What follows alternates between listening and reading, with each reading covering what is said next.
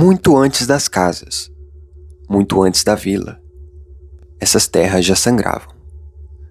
Aqui correntes arrastavam sobre o chão, corpos se dobravam sob o sol escaldante, gritos foram engolidos pela mata. Nem toda dor ficou entre as paredes antigas. Algumas fugiram.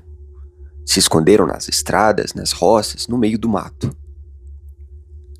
O que foi vivido por aqui não morreu. Virou eco, virou vento, virou luz. E quando ela aparece, não é simplesmente uma lenda. É memória. Senhoras e senhores, sejam muito bem-vindos à lenda da Luz da Pedra.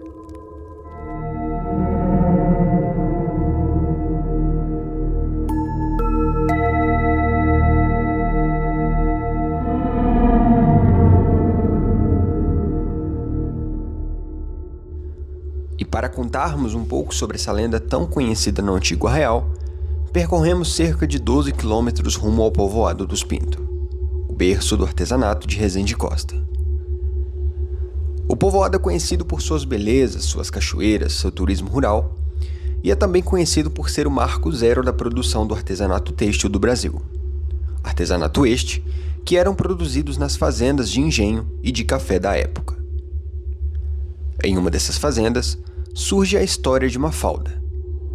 E é sobre ela que vamos contar a partir de agora.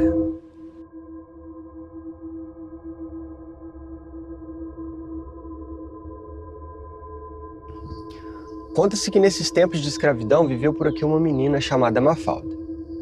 Uma criança que desde pequena foi levada à rotina de sofrimento, de servidão. Ainda pequena presenciou sua própria mãe ser castigada brutalmente por não conseguir atender os desejos e os caprichos do senhor da fazenda. Mas também, aonde já se viu colher jatobás em agosto, quem conhece a terra sabe que não é época desse tipo de fruto. Bom, de qualquer forma não importava. Se tinha o fruto ou se não tinha, a culpa nunca ia ser daquele senhor.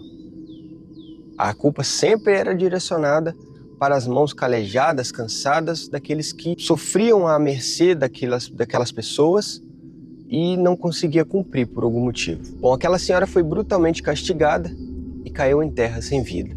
E aquela cena ficou queimada nas retinas de Mafalda. Desde aquele dia, o mundo de Mafalda se resumiu a trabalhar, apanhar, sobreviver, carregando as duras lembranças de sua mãe. Com ela, apenas um presente, um amuleto de hematita, uma pedra escura, fria, e as canções que eram sussurradas à mulata.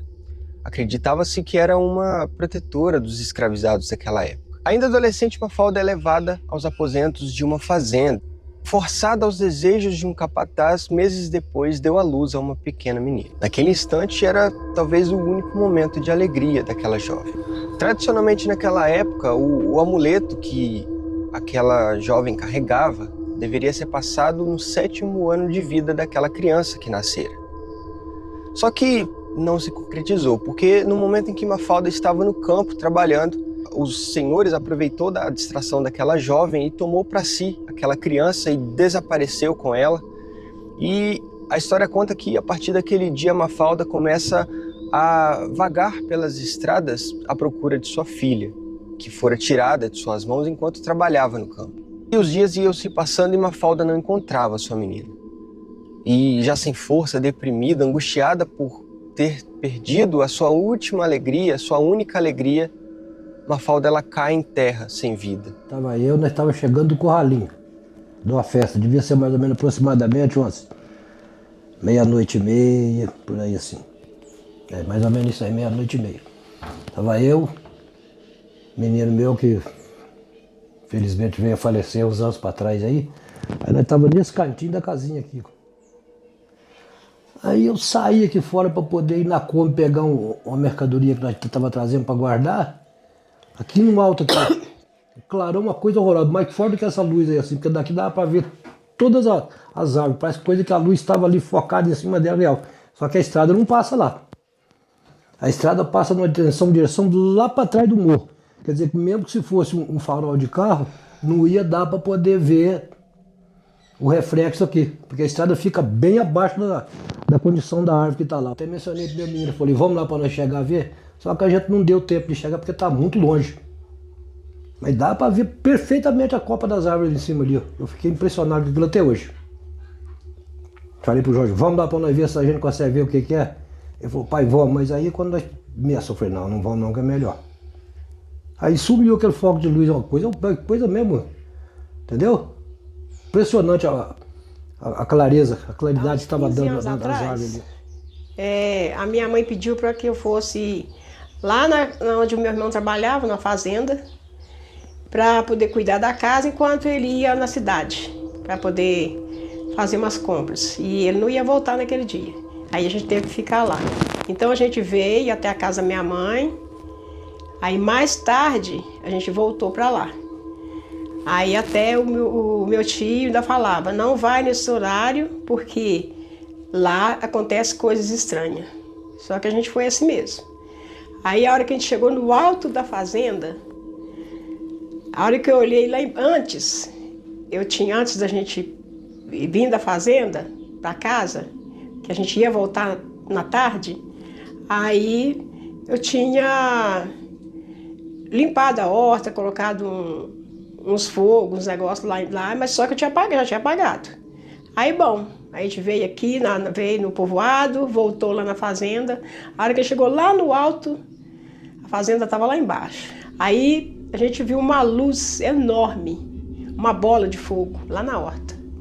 Aí eu cheguei até a pensar que era o fogo que eu tinha colocado lá na horta lá da fazenda, mas não era. Aí, bom, chegamos, aí a gente foi, olhou, eu cheguei lá na fazenda, fui lá na horta para poder olhar se era algum fogo, não era. Aquela bola de fogo foi subindo, zoando e sumiu no céu, assim. Eles costumavam falar, diz que onde é que essa luz saía, que eles chamavam de mãe do ouro, que tinha veio de ouro nos lugares. Tinha os veios de ouro, falei, chamaram de mãe do ouro. Entendeu? Outros falam, diz que morreu uma moça e eles enterraram ela com um santinho pendurado no pescoço, porque diz que não pode. Segundo a crença popular, diz que não pode enterrar ninguém com um santo pendurado. A pessoa fala isso aí, que essa moça veio para poder, talvez pedir alguém para tirar esse santo dela para poder descansar, porque os caras não conseguem ter descanso até hoje.